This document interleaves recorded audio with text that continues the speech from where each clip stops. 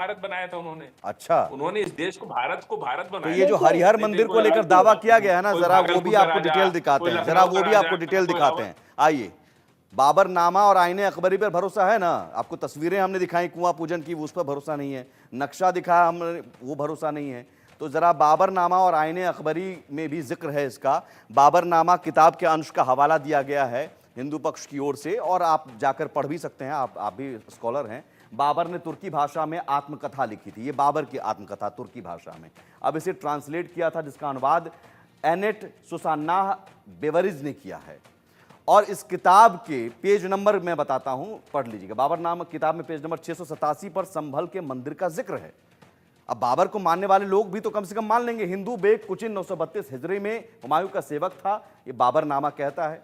और वही 933 हिजरी में संभल में उसने हिंदू मंदिर को मस्जिद में बदल दिया, ये बाबरनामा किताब में जिक्र है। पेज नंबर भी हमने बता दिया। बाबर के आदेश पर मंदिर को मस्जिद में बदला गया, ये बाबरनामा किताब में लिखा है, हमने नहीं बताया। बाबर के आदेश पर मंदिर को मस्जिद में बदला गया, और मस्जिद पर आज भी एक शिलालेख में इसका जिक्र है। ये तो बाबरनामा हो गया। बाबर को मानने वाले हैं आप, अकबर को मानने वाले भी हैं, उस दौर की चीज़ों को भी आप कम से कम मानेंगे। आईने अकबरी, अब आईने अकबरी किताब के अंश का भी हवाला दिया गया, और किसी हिंदू ने नहीं लिखा है। आईने अकबरी किताब को अबुल फजल ने लिखा। अकबर के शासनकाल में फारसी भाषा में अबुल फजल ने ये किताब लिखी थी, आईने अकबरी। और आईने अकबरी में भी 1589 से 1600 के बीच ये किताब लिखी गई, जिसमें पेज नंबर 281, नोट कर लीजिएगा, मंदिर का जिक्र है। अब ये सब कुछ आधार बनाया गया। किताब के मुताबिक संभल में हरिमंडल नाम के मंदिर होने की बात है आईने अकबरी में, और ये मंदिर ब्राह्मण का है, जिसके वंशजों में से 10वां अवतार यहीं प्रकट होगा, ये लिखा हुआ है, जो कल्कि अवतार की बात की जाती है। हिंदू पक्ष के मुताबिक 1527-28 में बाबर के सेनापति ने मंदिर को ध्वस्त किया।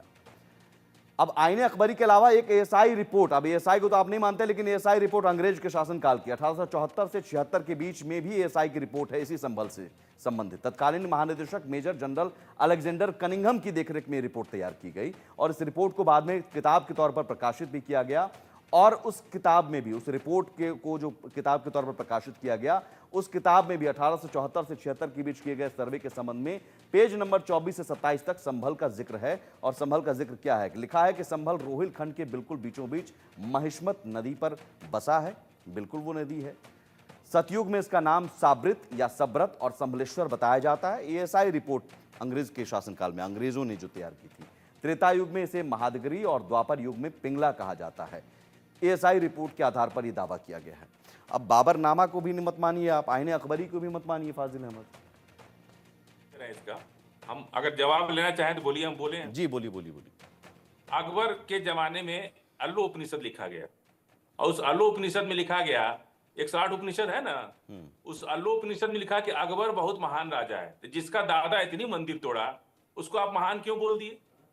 अल्लो उपनिषद में आप बोल रहे हैं कि अकबर बहुत महान बादशाह है, हम उसकी पूजा करनी चाहिए। अच्छा, और पूरा उपनिषद अकबर की महानता से भरा पड़ा है। हाँ, जिसका दादा ने इतना मंदिर तोड़ा, आप उसकी इतना चरण चुंबन क्यों कर रहे थे? नहीं, चरण चुंबन आप कर रहे थे ना अभी ने, आपने कहा ना बाबर अकबर को आप मानते हैं अखंड भारत, तो भाई बाबर की आत्मकथा को भी नहीं मानेंगे, बाबर की आत्मकथा को नहीं मानेंगे भाई। बाबर की रूह बुरा मान जाएगी, बाबर की रूह बुरा मान जाएगी फाजिल अहमद साहब।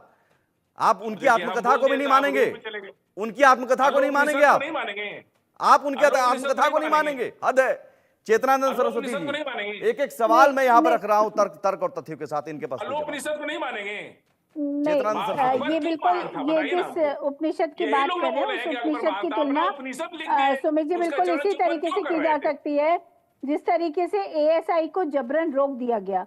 जब जब बाहुल्य क्षेत्र हो जाएगा, जहाँ भी हिंदू अल्पसंख्यक रहेगा, वहाँ स्थिति इसी तरह से डेवलप होगी और इसी तरीके से तथ्यों को छुपाने का प्रयास किया जाएगा।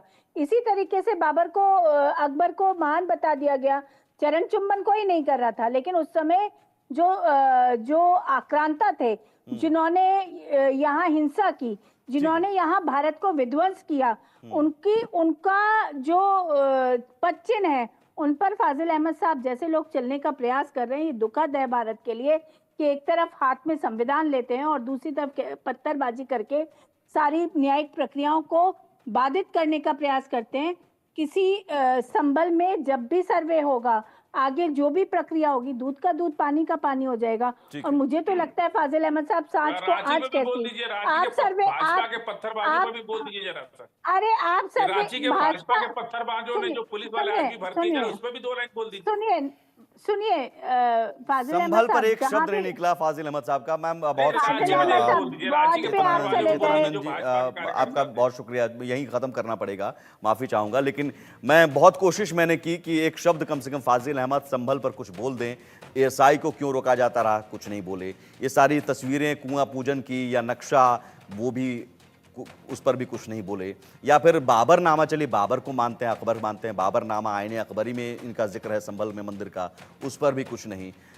सवाल का जवाब ना होना या फिर सवाल का जवाब कुतर्क से देना या फिर कुछ और बोलना, ये भी एक संकेत है कि एक बड़े सच को छिपाने की कोशिश की जाती रही। कोर्ट तय करेगा, सर्वे होने देना चाहिए था, एएसआई को अंदर जाने देना चाहिए था। अगर नहीं तो कहीं ना कहीं आपके मंशा पर सवाल खड़े हो रहे हैं। एक छोटा सा ब्रेक लेंगे, ब्रेक के उस पार भी खबरें लगातार जारी।